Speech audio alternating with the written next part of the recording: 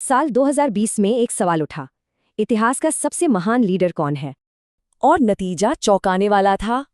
38% से ज्यादा वोट मिले 19वीं सदी के एक भारतीय शासक को, और उन्होंने पीछे छोड़ा चर्चिल और लिंकन जैसे दुनिया के बड़े बड़े नामों को।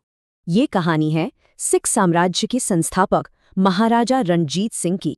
सोचिए, सिर्फ 10 साल की उम्र में पहली जंग लड़ी और आगे चलकर 40 साल तक राज किया। उनका राज सतलुज से सिंधु नदी तक फैला था, जिसमें आज का पूरा पंजाब शामिल था। उनके दौर को पंजाब का सुनहरा दौर कहा जाता है, और इसकी वजह थी उनके शासन का तरीका।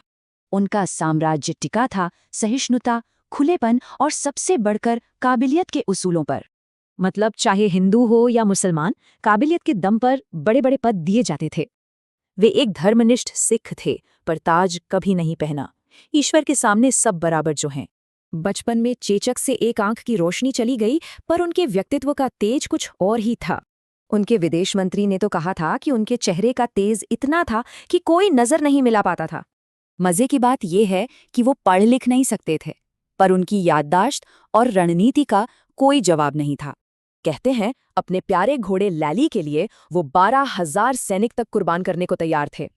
वो अपनी इंसानियत के लिए भी जाने जाते थे।